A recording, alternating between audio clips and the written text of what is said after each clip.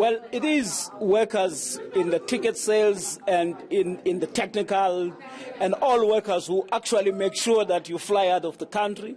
Hence, we're making a clarion call to the public in advance to say we're resuming a strike this coming Friday, and therefore the public should look for alternative arrangement to transport themselves, because from where we stand as a union, we've done everything to negotiate, to ensure that a settlement that resolves this round of negotiations is found. I mean, we're not extravagant.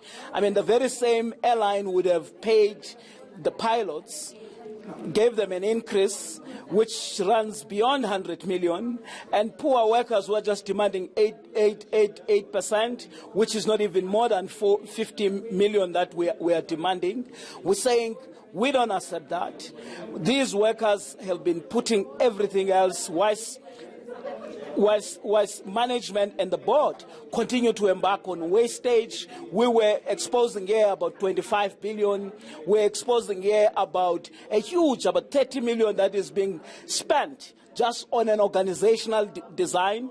I mean, you don't need to do that. Vuyani Jarana knew what needed to be done to restructure that airline.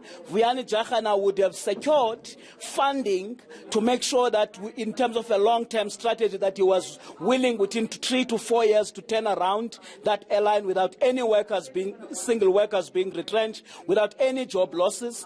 And he was basically dismissed because the agenda of Kingston and Rothschilds is basically to privatize that airline. They would have gone to Parliament today and say it must be liquidated. We know that they are waiting. They have got an agenda to basically liquidate the airline, break it up and liquidate it and privatize it and give it into private hands. We're saying for the jobs of our members, like now, they serve us with Section 189 to try to embark on a decoy that we must not demand just demands for our members. We're calling on all our members, therefore, that come Friday, it's time for workers to stand together and embark on a rolling action, mass action in the form of a strike. This is a protected strike. We've followed all procedures. If they run to court, we'll be there to defend the strike. We are calling on our members to stand together and be united behind their demands, because we also made a demand here that we think that there must be job security for a period of 2 to 3 years. Secondly, we're saying that all vulnerable workers, where money is being wasted on security companies, on cleaners, which does not go to improve benefits and conditions of workers. It's an insult that cleaners, workers who are doing security are paid starvation wages with absolutely no good benefits. We're demanding that those workers must be insourced by the airline so that they can have benefits and condition, because it is them who ensure that we got an airline that is meeting global standards, and therefore they must actually have a better life. Yeah. What about the argument which was made by the interim CFO yesterday that should the strike go on, we are not only going to see the 944 job losses, the entire workforce of SAA will lose their jobs? But I mean, it explained that we're dealing with people with absolutely no experience. The person who is acting there as a CEO they do not know whether they are coming or going. We're saying the time has come that we need a new board. We need a new CEO who knows how to turn around that airline. We are just been put in the hands of amateurs who are actually listening to these institutions such as Rothschilds to turn around, whose agenda is to privatize.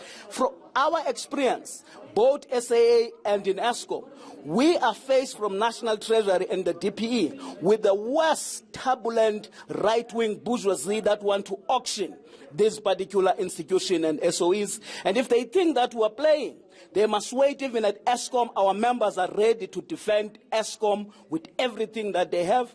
And we have been talking, and Pravin Gordhan would say he has spoken to trade unions when he has not spoken to us. That's not what they prioritize. They only want to consult us on a day before they make announcements for restructuring.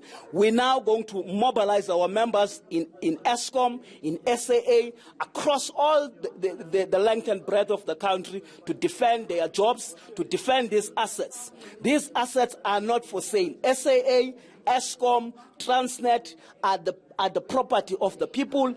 No government has got a right with some Johnny-come-late ministers to want to auction and sell this institution. We are going to defend them. Talk us through the length of the strike. We are getting into the festive season, and it has been highlighted that no work, no pay, which means it's going to be a dire sacrifice that your workers are going to have to make. How far do you see this going? Well, the strike is not a dinner party. It's a sacrifice that we're calling on workers to do.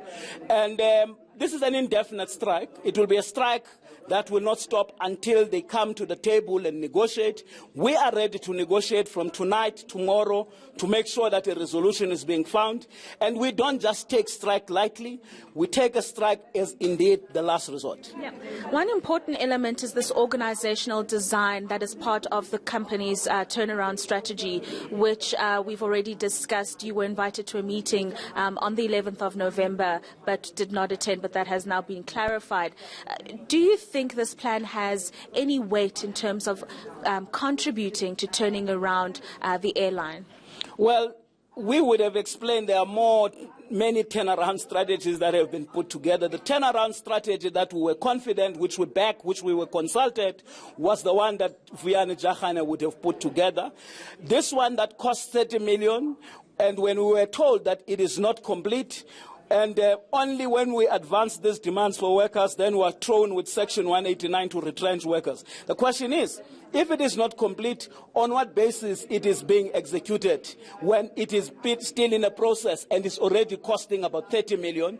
What we see here is a wastage of money, which is money, if it was not wasted to individuals to put together turnaround strategies, that's money that could have improved benefits and conditions of workers, and it could actually put the airline on a different terrain. Brilliant. Thank you so much for your time there. You've heard it there, Marcel. It's a very, very determined union or set of unions that are going to be embarking on the strike should the necessary conversations not happen between SAA management and the unions within a day, actually, because we're going to be seeing that on Friday at 4 a.m. in the morning, they will take to the streets and down tools and bring SAA to a complete halt.